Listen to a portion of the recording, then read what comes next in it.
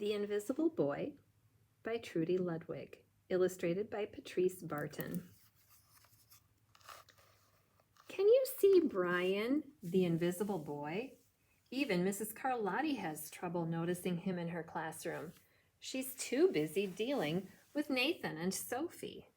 I notice here that his coloring, the way the illustrator made Brian, is a little bit different than the others. And because he is kind of standing out as a character that's all kind of grayed out, I think Brian must be this boy. And I think he's being referred to or feeling like the invisible boy. Nathan has problems with what Mrs. Carlotti calls volume control. He uses his outside voice inside too much. Sophie whines and complains when she doesn't get her way. Nathan and Sophie take up lots of space. Brian doesn't. When the bell rings for recess, Micah and JT take turns choosing kids for their kickball teams. The best players get picked first. Then the best friends of the best players. Then the friends of the best friends.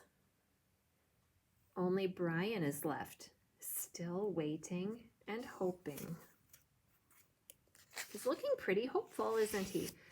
But I can tell he maybe feels a little bit, not as happy. I think his coloring kind of tells us a lot. Let's be watching that as our story continues to unfold. JT glances in Brian's direction and just as quickly looks away. We've got enough players for each team, he tells the others. Let's play ball. Now, Brian didn't get picked. Brian is looking really disappointed. He's looking a little sad and lonely. In the cafeteria, Madison and her friends talk about her birthday party. The rope swing over the pool was just awesome, says JT.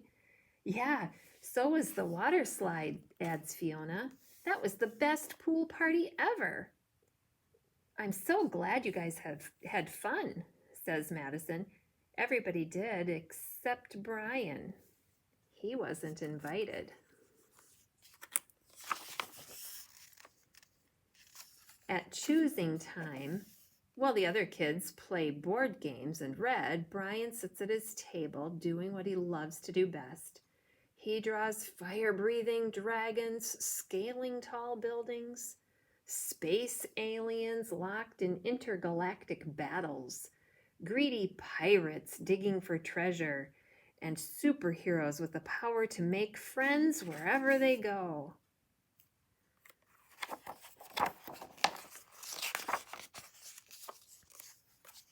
On Monday morning, Mrs. Carlotti introduces Justin, a new student, to the class.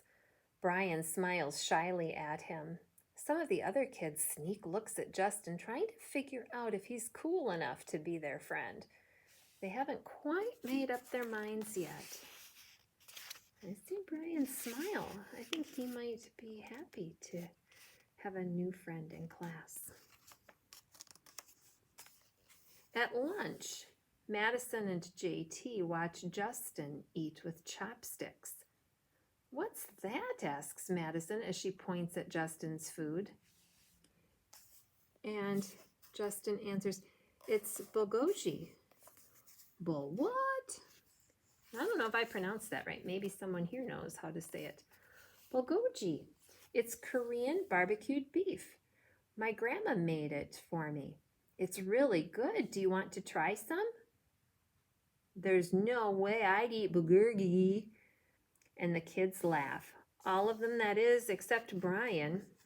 He sits there wondering which is worse, being laughed at or feeling invisible.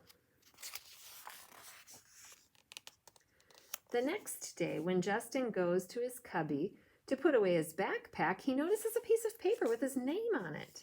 He looks happy about that.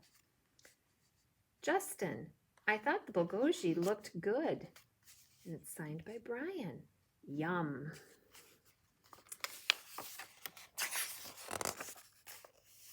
At morning recess, Brian finds a piece of chalk on the ground and starts drawing away. You're Brian, right? Yeah. Thanks for the note. Hey, Justin, Emilio calls from the tetherball court. You're up next. Sorry, gotta go, says Justin.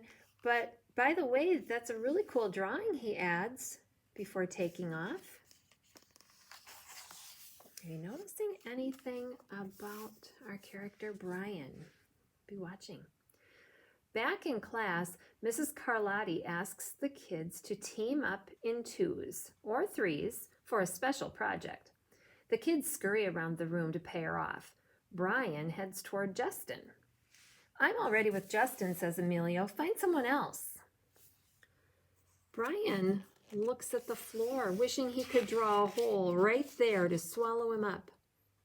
Mrs. Carlotti said we can have up to 3 people in our group. We're only 2. Come on, Emilio. Let's let him work with us. Okay, I guess. Mrs. Carlotti gives the class directions for the project. Your assignment is to work together to write a story about what you see in the photograph. Use your imagination and have fun. Whoa, cool, says Emilio. What kind of people do you think would live in a house like that? I don't know, but I bet Brian could draw them to go with our story, says Justin. Brian smiles and he takes out his lucky pen. That was really nice of Justin to include Brian, wasn't it? There they're working. Again, using those pictures to see what else is going on. And there's a whole big passage up here. There's their story. Looks like they need some costumes. It's lunchtime again. Brian's favorite part of the day. Another 20 long minutes of kids talking and laughing with everyone else but him. Brian, he hears someone shout out. Hey, Brian, over here. Brian turns to see Justin waving him over.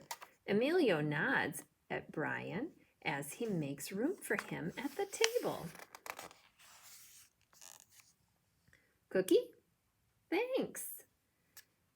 Maybe, just maybe, Brian's not so invisible after all.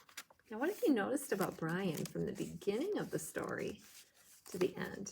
Look at Brian's coloring as he becomes happier and makes friends. What happened to Brian?